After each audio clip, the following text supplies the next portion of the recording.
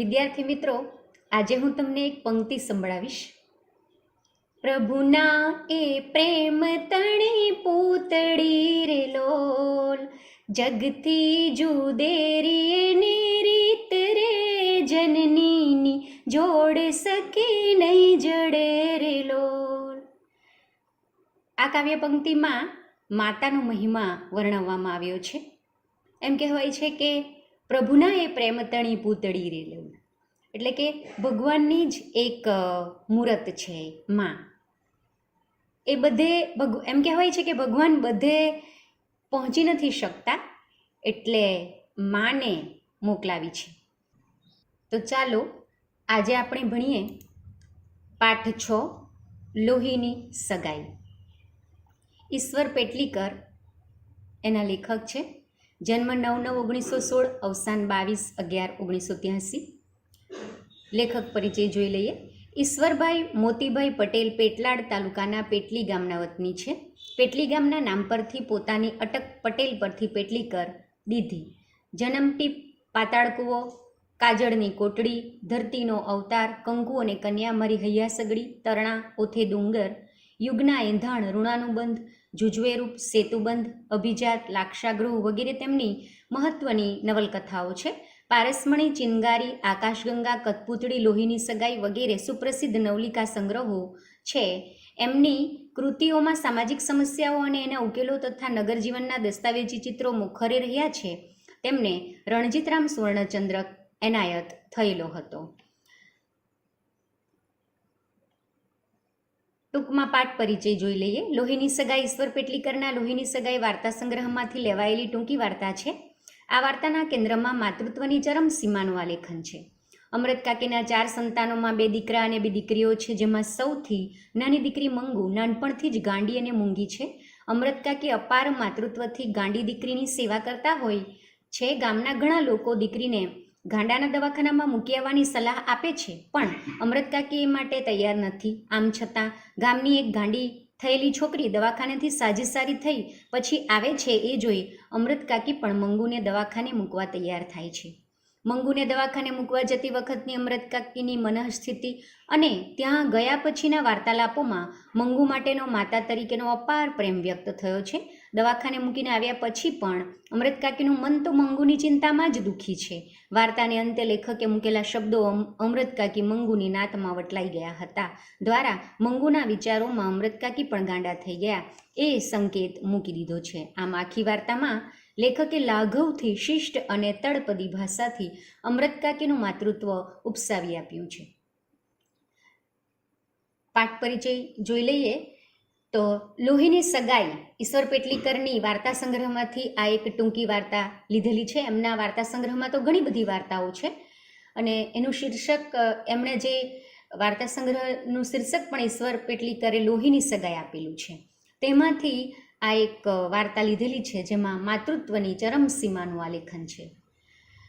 આપણા પાઠનું પાત્ર અમૃત કાકી એમના 4 સંતાનોમાં 2 દીકરા અને 2 દીકરીઓ છે, જેમાં સૌથી નાની દીકરી મંગુ નાનપણથી જ ગાંડી અને મૂંગી છે. અમૃત કાકી અપાર માતૃત્વથી ગાંડી દીકરીની સેવા કરે છે. ગામના ઘણા લોકો દીકરીને ગાંડાના દવાખાનામાં મૂકી આવવાની સલાહ આપે છે, પણ અમૃત કાકી એ માટે તૈયાર નથી. એ પોતાની પાસે જ મંગુને રાખીને એની સેવા કરવા માંગે છે. એ દીકરી એટલી બધી ગાંડી છે મંગુ કે એને ખાવાનું પણ ભાન નથી અને પોતાનું કામ એ પોતે જાતે કરી શકતી નથી. બધું જ અમૃત કાકીએ કરવું પડે છે. એને અમૃત કાકી મંગુને દવાખાને મૂકવા તૈયાર નથી થતા, પણ ગામની એક છોકરી જેનું નામ કુસુમ છે એ પણ સારી થઈને આવી, દવાખાનેથી સારી થઈને આવી. એટલે અમૃત કાકીને થયું કે હું પણ મંગુને મૂકી જોઉં તો ખરી. હું મરી જાઉં પછી મંગુને કોણ સાચવશે? એ જાતે પોતાનું કામ જાતે કરતી થાય એટલું થશે એટલેય બસ છે.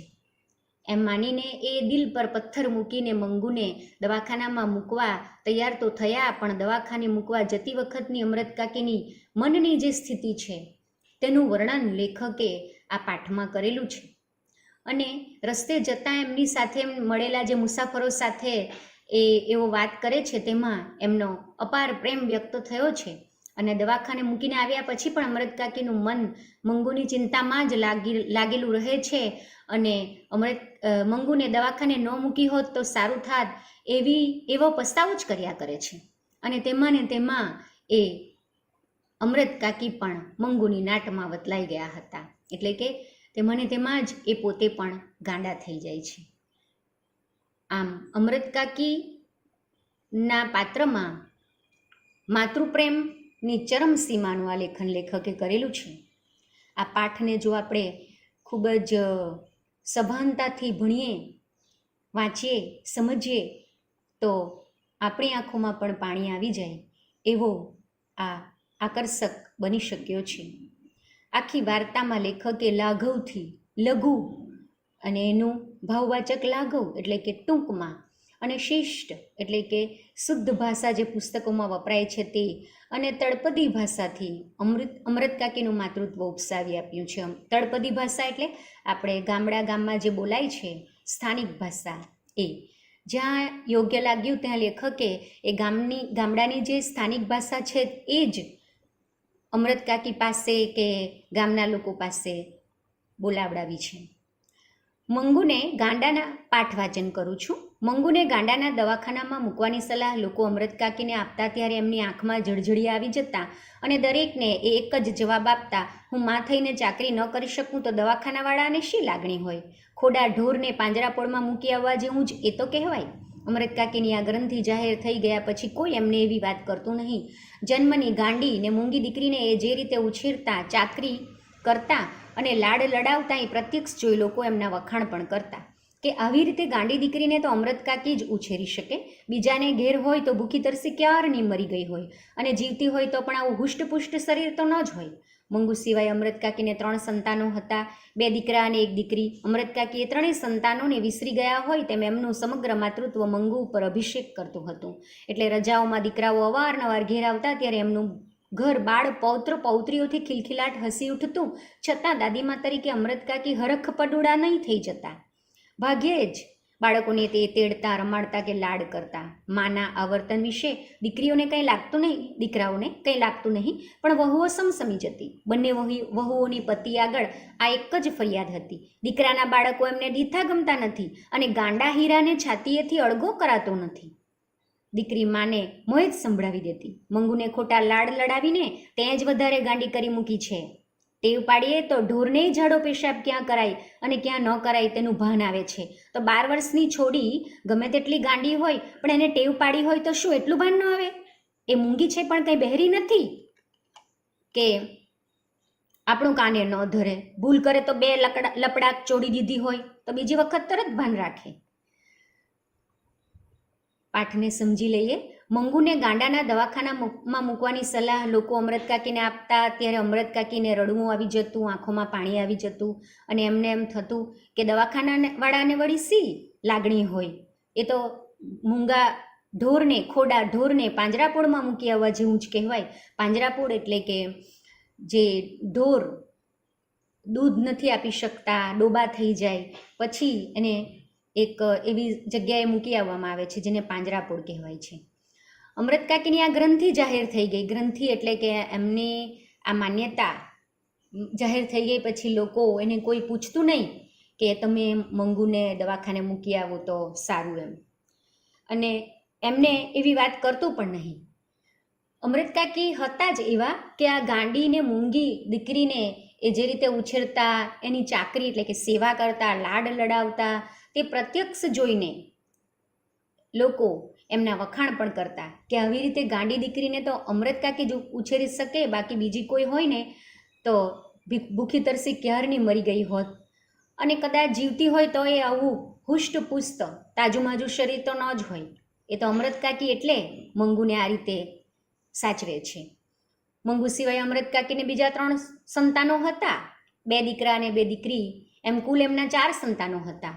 પરંતુ એ તો 3 સંતાનોને વિસરી એટલે કે ભૂલી જ ગયા હોય તેમ સમગ્ર માતૃત્વ મંગુ ઉપર અભિષેક કરતું હતું. એટલે કે મંગુને જ એ વધારે પ્રેમ કરતા હતા. એટલે રજાઓમાં દીકરાઓ અવારનવાર ઘેર આવતા, એમનું બાળ પૌત્ર પૌત્રીઓથી ખિલખિલાટ હસી ઉઠતું. એમના દીકરાઓ તો શહેરમાં વસતા હતા, પણ ત્યાંથી રજાઓમાં વેકેશનમાં ઘરે આવતા અને એ દીકરાના દીકરાઓ પણ ઘરમાં ખિલખિલાટ હસતા રમતા.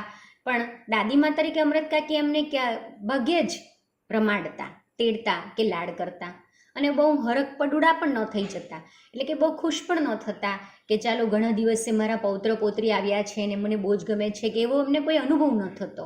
માના વર્તન વિશે દીકરાઓને તો કંઈ નહીં, પણ વહુઓ સમસમી જતી, કોઈ વાર ગુસ્સે થઈ જતી અને પતિને મોઢા ઉપર ફરિયાદ કરતી પોતાની એમની માતા વિશે, એમની સાસુ વિશે, કે દીકરાના બાળકો એમને દીઠા ગમતા નથી. દીઠા એટલે કે જોયેલા પણ ગમતા નથી, અને ગાંડા હીરાને છાતીએથી અડગો કરાતો નથી, એટલે કે મંગુને પોતાના ખોળામાંથી જરાક પણ બહાર નથી આવવા દેતા, એમ કે પોતાની પાસેથી. દીકરી તો માને મોઢે જ સંભળાવી દેતી કે મંગુને ખોટા લાડ લડાવીને ત્યાં જ ગાંડી કરી મૂકી છે, એમ કે ટેવ પાડીએ તો ઢોરને ઝાડો પેશાબનું ભાન આવે. અને આટલી 12 વર્ષની છોડી એટલે છોકરી ગમે એટલી ગાંડી હોય પણ એને ટેવ પાડીએ તો એટલું ભાન ન આવે કે મૂંગી, એટલું ભાન ન આવે ને એ કંઈ મૂંગી છે, કંઈ બહેરી નથી કે આપણું કાને ન ધરે. ભૂલ કરે તો એક થાપટ લગાવી દેવાની, એમ કે છે. હવે ફરી આગળનો પાઠ વાંચન કરું છું. દીકરી આગળ કંઈ બોલે તે પહેલાં અમૃત કાકીની આંખો વરસવા માંડતી. દીકરીનું હૈયું પણ ભરાઈ આવતું, પરંતુ કઠણ કાળજું કરી એ મનનો ડૂમો કાઢી નાખતી. તો કંઈ કાયમ બેસી રહેવાની નથી. ભાભીઓને પનારે એ પડશે ત્યારે રોજ એના મળમૂતર ધોવા જેટલી કોઈ આડ પંપાળ નહીં કરે, અને એ દુઃખી થઈ જશે. સહેજ અટકીને ધીમે ધીમે સાદે એ કહેતી, દવાખાનામાં મૂકવાથી ડાહી નહીં થવાની હોય તો નહીં થાય, પણ ઝાડો પેશાબ અને કપડાનું ભાન આવશે તોય બસ છે. ભાઈઓના ઘરમાં ભગવાને ધાન ઘણું આપ્યું છે, ભાભીઓ ટંકે ખાવા ન આપે એવી કજાત પણ નથી. અમૃત કાકી લોકોને દવાખાના અંગે પાંજરાપોળની ઉપમા આપતા ત્યારે લોકો પરાયા તરીકે જે કહી શકતા નહીં તે દીકરી કહી નાખતી. દવાખાનું પાંજરાપોળ જેવું હશે અને કદાચ મંગુ મરી ગઈ તો એનો અને કુટુંબનો છુટકારો થશે. દીકરા કમાતા ધમાતા હોય, દીકરી સાસરે હિંડોળા ખાટે ઝૂલતી હોય ત્યારે હું માં થતી જાઉં એનો કંઈ અર્થ નથી. મંગુની સાચી માં બની રહું ત્યારે જ મારી લોહીની સગાઈ ખરી. એટલે દીકરી કહે કે દીકરાઓ કહે તો પણ મંગુને દવાખાના દ્વારા મોત ભણી ધકેલવા અમૃત કાકી તૈયાર ન હતા. દીકરાઓ માના અભાવને સમજી ગયા હતા, એટલે કોઈ વખત એવી વાત કરતા નહીં. ફક્ત દીકરીઓના મનમાં એક વસવસો હતો કે કોઈ તાલીમ પામેલી દીકરાઓના મનમાં એક વસવસો હતો કે કોઈ તાલીમ પામેલી નર્સ કે ડાક્ટરની દેખરેખ નીચે એને રાખી હોય તો ટેવને લીધે કદાચ એને ઝાડો પેશાબને કપડાનું ભાન આવે, પરંતુ એવી સગવડ ઘર આગળ કરી શકાય તેમનું હતું નહીં, એટલે એ મૌન રહ્યા હતા. પાઠને સમજી લઈએ. દીકરી આગળ કંઈ બોલે તે પહેલાં જ એ અમૃત કાકી વચ્ચે રડી પડતા. દીકરીઓને પણ કંઈ કહેતા નહીં, પણ એમનું હૈયું ભરાઈ જતું. ખૂબ રડતા, કઠણ કાળજું કરીને એ ડૂમો કાઢી નાખતા, અને દીકરીનું હૈયું પણ ભરાઈ જતું. અને એ પણ આખરે તો પોતાની જ મા અને બહેન હતા, એટલે એમને પણ એની સાથે લોહીનો સંબંધ હતો, એટલે બહેનોને પણ રડવું આવી જતું, હૈયું ભરાઈ જતું. છતાં કાળજું કઠણ કરીને આગળ કહેતી. બહેનો સમજતી કે શું કહેવા માંગતી તે, કે તું કંઈ કાયમ બેસી રહેવાની નથી, કે ભાભીઓને પનારે પડશે. પનારે એટલે કે ભાભીઓ, તું જ્યારે મૃત્યુ પામશે અને ભાભીઓ પાસે એણે જવું પડશે ત્યારે એના મળમૂત્ર ધોવા જેટલી એ લોકો કંઈ આડપંપાળ નથી કરવાના, એની સેવા નથી કરવાના, અને એ બિચારી દુઃખી થઈ જશે. અને સહેજ અટકીને પાછા ધીમે કહેતા. વધારે મોટેથી બોલવા જાય અને અમૃત કાકીને વધારે ઝટકો લાગી જાય, એટલે ધીમેથી કહેતા કે દવાખાનામાં મૂકવાથી ભલે ડાહી નહીં થાય તો કંઈ નહીં, પણ ઝાડો પેશાબ કરવાનું અને કપડાનું ભાન તો એને આવશે. ભાઈઓના ઘરમાં ભગવાને ઘણું ધાન એટલે કે અનાજ આપ્યું છે, અને ભાભીઓ એક ટાઈમ ખાવાનું તો આપી દે, એક ટંકી એટલે એક ટાઈમનું ખાવાનું તો આપી દેશે, 1-2 ટાઈમનું ખાવાનું તો આપી દેશે. એટલી બધી કંઈ કજાત નથી. કજાત એટલે કે ખરાબ નથી. અમૃત કાકી લોકોને દવાખાના અંગે પાંજરાપોળની ઉપમા આપતા કે પાંજરાપોળ જેવું હોય છે દવાખાનું, એમ. ત્યારે લોકો જે પારકા તરીકે કહી નહીં શકતા તે સગી દીકરી એમને કહી નાખતી કે દવાખાનું ભલે પાંજરાપોળ જેવું હશે અને કદાચ મંગુ મરી ગઈ તોય શું, કુટુંબનો છુટકારો થશે. દીકરા કમાતા ધમાતા હોય, દીકરી હિંડોળા ખાટે ઝૂલતી હોય ત્યારે હું માં થતી જાઉં એનો કોઈ અર્થ નથી, એવું અમૃત કાકીને થતું. અને હું જો મંગુની સાચી માં બની રહું ત્યારે જ મારી લોહીની સગાઈ સાચી. એટલે દીકરી કહે કે દીકરા, પણ તો પણ એ દવાખાને મંગુને મૂકવા તૈયાર ન હતા. દીકરાઓ માના અભાવને સમજી ગયા હતા, એટલે કોઈ વખત પૂછતા જ નહીં માને. ફક્ત દીકરાઓના મનમાં એક વસવસો હતો કે જો કદાચ કોઈક નર્સ કે ડાક્ટરની દેખરેખ હેઠળ જો એને રાખવામાં આવે, નર્સ કે ડૉક્ટરની દેખરેખ હેઠળ, તો એ કદાચ ઝાડો પેશાબ અને કપડાનું ભાન આવતું થઈ જાય એને. પણ એવી સગવડ ઘર આગળ કરી શકાય તેમ ન હતું. કદાચ દીકરાઓ પાસે એટલા બધા પૈસા ન હશે નર્સ કે ડૉક્ટરને ઘરે રાખવા માટેના, કે પછી નર્સ કે ડૉક્ટર કોઈ એવી તે સમયે મળી ન શકતી હશે, કોઈ પણ હશે મુશ્કેલી, એટલે મૌન રહેતા. છતાં અમૃત કાકીએ એમની શ્રદ્ધા પ્રમાણે એના ઉપચાર ચાલુ રાખ્યા હતા. દવા કરનારાઓ વણનતોરિયા ઘેર આવી પહોંચતા. શિલાજીત વેચનારા કે હિંગ વેચનારા મંગુને ગાંડી જાણતા, પોતે દવા જાણે છે તેવો દાવો કરતા. અમૃત કાકી મનમાં માનતા કે 1000 ઉપચાર કરીએ ત્યારે એક ટેકી લાગી જાય, એટલે બીજાને મન ગાંડી ગયેલી વાત એ ગંભીરતાથી સાંભળતા અને શ્રદ્ધાથી એનો અમલ કરતા. જોશીઓ અને ભુવાઓ પણ અવારનવાર વહારે થતા. એક જોશીએ ભાખ્યું હતું કે આવતા માગશર મહિનામાં એની દશા બદલાઈ છે એટલે સારું થઈ જશે. ત્યારથી માગશર મહિનો અમૃત કાકીનો આરાધ્ય દેવ બની ગયો હતો. માગશર મહિનો તાકડે મંગુને 14 વર્ષ પૂરા થઈ રહેતા હતા, એટલે કોઈ ડાહ્યું માણસ જે તરંગે ન ચડી જાય તેવા તરંગે અમૃત કાકી ચડી જતા. 14મું ઉતરતા કમુને પરણાવેલી મંગુ ડાહી હોત તો આજે એના વિવાહનું પણ નક્કી થઈ ગયું હોત. જો માગશર મહિનામાં એને મટે તો મુઈનું રૂપ તો એવું છે કે મૂર્તિઓ એને જોતા સામો હા પાડી દે, અને જાણે એને મટ્યું હોય તેમ એ લગ્નની યોજના પણ વિચારવા મંડી જતા. એક વખત મંગુ ડાહિયાની માફક ચોકડીમાં પેશાબ કરવા બેઠી, તેથી હરખાઈ જતા અમૃત કાકીએ દિવસો સુધી દરેક આગળ પારાયણ કર્યા કર્યું. જોશીનું કે હું સાચું પડશે, મંગુ કોઈ વખત નહીં ને આ પહેલી વખત એની મેળે ચોકડીમાં પેશાબ કરવા બેઠી. સાંભળનારને ગળે આ વાત ઉતરવી મુશ્કેલ હતી, કારણ કે એ સાંભળતી વખતે મંગુ પેશાબ કરી ભીની માટી આંગળા વડે ખોતરતી નજરે પડતી. પાઠને સમજી લઈએ. છતાં અમૃત કાકીએ એમની શ્રદ્ધા પ્રમાણેના ઉપચાર તો ચાલુ જ રાખેલા. ઘણા બધા આયુર્વેદિક દવા વેચનારાઓ, શિલાજીતને હિંગને એવી બધી દવા વેચનારાઓ કેટલાક ઘરે વણનોતરિયા, એટલે કે એમને બોલાવ્યા ન હોય તો પણ એમને ખબર પડતી કે આ ઘરમાં એક ગાંડી છોકરી છે, એટલે એ લોકો આવી પડતા અને અમૃત કાકીને બધી દવાઓ આપી જતા. અને અમૃત કાકીને પણ એમ થતું કે આટલા બધા ઉપચાર કર્યા તો લાવને એક કરી જોઉં, જે ટેકે લાગી જાય તે સારું, એટલે કે જે એને માફક આવી ગયો તે સારું. એટલે બીજાને મન ગાંડી ગયેલી વાત લાગતી હોય તે પણ તેનો અમલ શ્રદ્ધાથી કરતા અમૃત કાકી. અને જોશીઓ અને ભુવાઓ, જ્યોતિષીઓએ અવારનવાર વહારે ધાવું એટલે મદદ દેવું. એક જોશીએ તો કહ્યું હતું કે માગશર મહિનામાં એની દશા બદલાય છે એટલે એનું સારું થઈ જશે. ત્યારથી માગશર મહિનો અમૃત કાકીનો જાણે આરાધ્ય દેવ બની ગયો. આરાધ્ય દેવ એટલે કે કોઈ પણ મુશ્કેલીના સમયમાં કે હર હંમેશ 24 કલાક જે ભગવાનને આપણે યાદ કરીએ છીએ. ખાસ આપણા ઉપર નાની અમસ્તી પણ કંઈક તકલીફ આવી પડે અને આપણે તરત જ તે જ ભગવાનને યાદ કરીએ. કોઈના શંકર ભગવાન આરાધ્ય દેવ હોય, કોઈના સાંઈ બાબા હોય, કોઈના રામ, કોઈના શ્રી કૃષ્ણ, કોઈના સ્વામિનારાયણ, એ રીતે. તો એવા માગશર મહિનો જાણે અમૃત કાકીનો આરાધ્ય દેવ બની ગયો. અને માગશર મહિને તાકડે, એટલે કે એના અંત સુધીમાં તો મંગુને 14 વર્ષ પૂરા થઈ જતા હતા, એટલે કોઈ ડાહ્યું માણસ તરંગે ન ચડે, એટલે કે જે જાગતા સ્વપ્નાઓ જોઈ તરંગે ચડવું, એટલે તેવાય અમૃત કાકી પણ સ્વપ્નાઓ જોવા લાગી જતા ખુલ્લી આંખોએ. કે 14મું ઉતરતા તો કમુને પરણાવેલી, કમુ એટલે એમની મોટી દીકરી, એને પરણાવેલી. અને મંગુ જો સારી હોત તો એનું પણ નક્કી થઈ ગયું હોત. અને માગશર મહિનામાં તો એને જો મટે ને, એટલે કે સારું થઈ જાય ને, તો મુઈ એટલે કે દીકરી માટે એક સરસ પ્રેમાળ શબ્દ વાપરેલો છે અમૃત કાકીએ, કે એનું રૂપ તો એટલું સરસ છે કે મૂર્તિઓ એટલે કે પરણવાનો ઉમેદવાર એને જોતા જ સમૂહ હા પાડી દે. અને પછી એને જાણે કે દૂર અને સારું થઈ ગયું હોય તેમ એ બધી યોજનાઓ વિચારવા મંડી જતા. મંગુ માટે આમ કરીશ, તેમ કરીશ, એના માટે આવું પાનેતર લાવીશું, આવી રસોઈ બનાવીશું, આટલા સગાને બોલાવીશું. અને એ જ્યારે લોકોને એકદમ હરખાઈને વાતો કરતા હોય ત્યારે જ કે મારી મંગુ હવે સારી થઈ ગઈ છે, કે સારી થઈ જશે માગશર મહિનામાં એવું લાગે છે, કારણ કે ચોકડીમાં પેશાબ કરવા બેઠી છે. પણ એવી જ્યારે એ બીજાને વાતો કરતા હોય ત્યારે જ પેલી મંગુ ત્યાં જમીન પર પેશાબ કરીને એ જ જમીનને એક ઉતરતી હોય. એટલે લોકોના ગળે આ વાત ન ઉતરતી, એટલે કે મુશ્કેલ હતી આ વાત.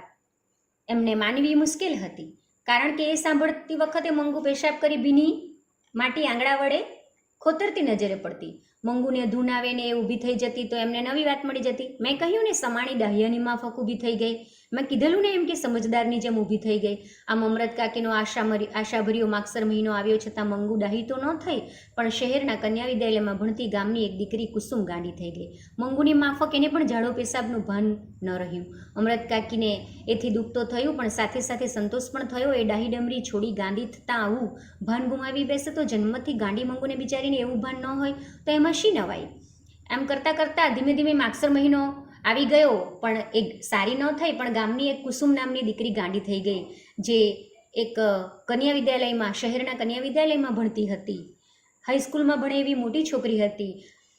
અમરત કાકીને થયું કે આટલી મોટી છોકરી જો આટલી ઉંમરે ગાંડી થઈ જતી હોય તો મારી દીકરી તો જન્મથી ગાંડી છે, એમાં નવાઈ સી. કુસુમને દવાખાનામાં મૂકવાનું નક્કી થયું. એ સમાચાર જાણી અમરત કાકીને ઓછું આવ્યું કે એની મા જીવતી હોત તો એને દવાખાને મૂકવા ન દેત. મા વગર બધું સૂનું કહ્યું છે તે ખોટું નહીં. એ સાથે પોતાની આંખ મીચાતા મંગુને પણ ભાઈઓ દવાખાને મૂકી આવતા હોય તેવું દ્રશ્ય એમને કંપાવી ગયું. પહેલા મહિનાને અંતે કુસુમને સારો ફાયદો થયો તેવા સમાચાર આવ્યા. એને બાંધી મૂકવી પડતી હતી. તે હવે છૂટી ફરે છે છતાં તોફાન કરતી નથી. ઝાડો પેશાબનું પૂરેપૂરું ભાન આવ્યું છે. ગાંઠ પણ રહ્યું હોય તો ફક્ત આખો દિવસ એ ગાયા કરે છે એટલું જ. એ પણ બીજા મહિનામાં મટી જશે એવો ડાક્ટરે અભિપ્રાય આપ્યો હતો. બીજે મહિને કુસુમને મટી ગયું, છતાં એકાદ મહિનો રહે તો સારું એવી ડાક્ટરની સલાહથી એને ત્રીજો મહિનો રાખવામાં આવી હતી. એ ઘેર આવી ત્યારે આખું ગામ એને જોવા ઉમટ્યું હતું.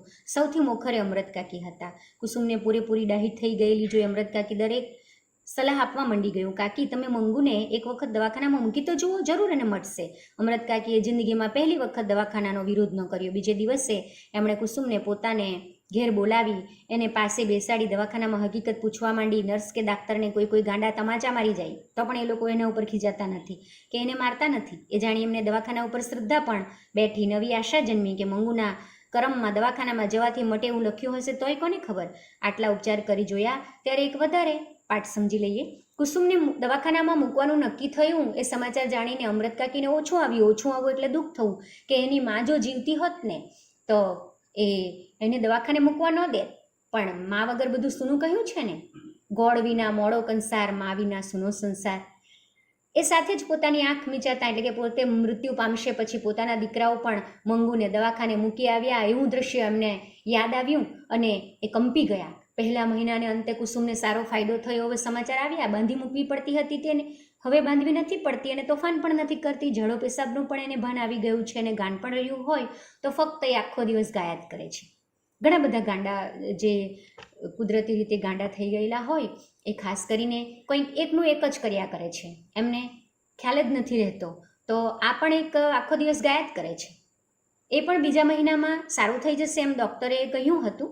બીજે મહિને કુસુમને મટી ગયું, સારું થઈ ગયું, છતાં એકાદ મહિનો રહે તો સારું એવી ડૉક્ટરની સલાહથી એને ત્રીજો મહિનો પણ રાખવામાં આવી. આખું ગામ રાખવામાં આવેલી, પણ ત્રીજે મહિને એને ઘેર લઈ આવ્યા પછી આખું ગામ એને જોવા ઉમટ્યું હતું. તેમાં સૌથી મોખરે એટલે કે સૌથી પહેલાં અમરત કાકી હતા.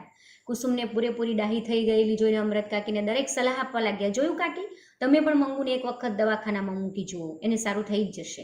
અમરત કાકીએ જિંદગીમાં પહેલી વખત આનો વિરોધ ન કર્યો. બીજે દિવસે એમણે કુસુમને પોતાને ઘેર બોલાવીને દવાખાનાની બધી હકીકત પૂછી અને એવું જાણવા મળ્યું કે ડાક્ટરને કોઈ ગાંડા તમાચો મારી જાય ને તો પણ એ લોકો ગુસ્સે નથી કરતા ને મારતા નથી એ લોકોને. એટલે આ જાણીને અમરત કાકીને એમના ઉપર શ્રદ્ધા બેઠી દવાખાનાવાળા પર કે એ લોકો સારા હશે અને જો મંગુના કરમ એટલે કે નસીબમાં જો દવાખાનામાં જવાથી જ સારું થવાનું લખ્યું હશે તો એ કોને ખબર. એટલે આટલા ઉપચાર કરી જોયા છે તો એક વધારે. છેવટે મંગુને દવાખાને મૂકવી એવો અમરત કાકીએ નિર્ણય કર્યો. એ માટે મોટા દીકરાને ઘેર આવી જવા એમણે પત્ર લખાવ્યો. છતાં એ નિર્ણય લીધો ત્યારથી એમની ઊંઘ ઉડી ગઈ હતી. જાણે પોતે હારીને આ કામ કરી રહ્યા હતા એમ એમના મગજ ઉપર એક જાતનો ભાર જણાવવા લાગ્યો હતો. મંગુ મોટી થતી જતી હતી, પોતાની વૃદ્ધાવસ્થા વધતી જતી હતી, વહુઓ ચાકરી નહીં કરે એની ખબર પડી ગઈ હતી, કારણ કે બેમાંથી એકે વહુએ હજુ સુધી સાથે રહેવા આવવાનું આમંત્રણ આપ્યું ન હતું. એ સ્થિતિમાં મંગુને પ્રભુ હોય અને એને મટી જાય કે ન મટે તો પણ જો એને દવાખાનામાં ગોઠી જાય તો મરતી વખતે પોતાને એક જાતની શાંતિ રહે કે એની ચાકરી કરનાર દુનિયામાં પારકું પણ છે ખરું. આ વિચાર વહેણ સાથે અમૃત કાકીની આંખોમાંથી એટલું બધું પાણી વહી જતું કે પથારી પલળી જતી, હૈયું પોકારી ઉઠતું, ગમે તે બહાનું ભલે કાઢો પણ મૂળ વાત એટલી કે તમે દીકરીથી થાક્યા છો. અમૃત કાકી ઊંઘમાંથી ઝબકી જતા બોલી ઉઠતા, શું હું થાકી છું? હૈયું બમણા જોરથી પોકારી ઉઠતું. એકવાર નહીં ને 1000 વાર અમૃત કાકીને થયું પોતે દીકરાને પત્રો લખ્યો તે જ મોટી ભૂલ કરી. એવી તે શી ઉતાવળ હતી કે શિયાળાની ટાઢમાં એને દવાખાને ધકેલવી પડે? રાતમાં હું એને કેટલી વખત ઓઢાડું છું દવાખાનામાં, એમ ઘડીએ ઘડીએ કોણ ઓઢાડશે? ઉનાળામાં મૂકવાનું રાખ્યો હોત તો ઠીક થાત, પરંતુ પત્ર મળતા દીકરો આવી પહોંચ્યો. દવાખાનામાં દાખલ કરવાનો મેજિસ્ટ્રેટનો હુકમ પણ મેળવી લીધો. એક અઠવાડિયામાં જ મંગુને મૂકવા જવાનું આવી પહોંચ્યું. અમૃત કાકીને ખાતરી થઈ ગઈ કે દીકરો ગાંડી બહેનને દવાખાનામાં ધકેલી વેઠ ઉતારવા માંગે છે. એવું ના હોત તો પત્ર મળતા તરત આવી શું કામ પહોંચે? છેવટે મંગુને દવાખાને મૂકવા જવી એવો નિર્ણય કર્યો અને એ માટે મોટા દીકરાને એમણે પત્ર લખ્યો. મોટો દીકરો પણ તરત આવી પહોંચ્યો અને જ્યારથી નિર્ણય લીધો ત્યારથી એમને ઊંઘ આવતી ન હતી અને એમના મગજ ઉપર પણ એક જાતનો ભાર જણાવા લાગ્યો હતો. મંગુ મોટી થતી જતી હતી અને વૃદ્ધાવસ્થા વધતી જતી હતી. વહુઓ સેવા ન કરે એની ખબર પડી ગઈ હતી, કારણ કે હજુ સુધી બેમાંથી એકેય વહુએ એમને આમંત્રણ આપ્યું ન હતું સાથે રહેવા આવવાનું. આવી સ્થિતિમાં મંગુને જો સારું થઈ જાય અને દવાખાનામાં જોઈને ગમી જાય તો મરતી વખતે પોતાને પણ એક શાંતિ રહે કે એની સેવા કરનાર પણ આ દુનિયામાં કોઈ પારકું પણ છે ખરું. આ વિચારે એમને અમૃત કાકીની આંખોમાંથી એટલું બધું પાણી વહી જતું એટલે ખૂબ રડતા, એટલું બધું રડતા કે પથારી પણ પલળી જતી, હૈયું પણ પોકારી ઉઠતું અને એમને એ મનથી જ બોલતા કે ગમે તે બહાનું ભલે કાઢો પણ મૂળ વાત એટલી જ કે દીકરીથી તમે થાક્યા છો. અમૃત કાકી ઊંઘમાંથી ઝબકી જતા અને બોલી ઉઠતા, શું હું થાકી છું? અને પાછા એમનાથી જ પાછું બમણા જોરથી બોલી ઉઠાતું. એકવાર નહીં ને 1000 વાર. એમ દીકરીને મૂકવા જવાનો સંકલ્પ કર્યા પછી અમૃત કાકીને આવા બધા વિચારો આવવા માંડતા. રાત્રે ઊંઘ નહીં આવતી, ઊંઘમાંથી ઝબકીને જાગી જતા, ખૂબ રડતા, પથારી પલળી જતી. અમૃત કાકીને થયું કે પોતે પત્ર લખીને ભૂલ કરી છે. એટલી બધી ઉતાવળ કરવી જોઈતી નહોતી. શિયાળાની તાઢમાં જોઈને દવાખાનામાં મૂકવામાં આવે તો એને તો પથારી ભીની કરવાની ટેવ છે અને ઓઢતી પણ નથી, તો એ વધારે બીમાર પડી જશે. એ તો અહીંયા હોય ત્યારે હું એને ઓઢાડું છું, ત્યાં એને કોણ ઓઢાડશે?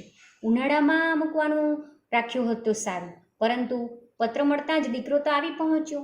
દવાખાનામાં દાખલ કરવાનો મેજિસ્ટ્રેટનો હુકમ પણ એ મેળવી લાવ્યો હતો અને મંગુને મૂકવા જવાનું આવી પહોંચ્યું. ને અમૃત કાકીને ખાતરી થઈ ગઈ કે દીકરો પણ ગાંડી બહેનને દવાખાનામાં ધકેલી વેઠ ઉતારવા માંગે છે. બાકી પત્ર મળે એટલે તરત શું કામ આવી પહોંચે? એ દીકરો માને એવું ન કહેતે કે માં થોડો સમય વિચાર કરો, નહીં તો હમણાં નહીં મૂકવાનું, પછી મૂકીશું, કે હું મારા ઘરે લઈ જઈશ, એવું ના કહેતે. પણ જાણે દીકરાને પણ ગમતું હોય એમ એ પણ તરત જ આવી પહોંચ્યો. એટલે આ વાત માટે અમૃત કાકીને શંકા ગઈ કે જાણે દીકરાને પણ ગમતું હોય એવું લાગે છે. પાઠ ખૂબ લાંબો છે એટલે ભાગ 1 અહીં પૂર્ણ કરું છું. બીજા વિડીયોમાં આપણે ભાગ 2 જોઈશું. અસ્તુ.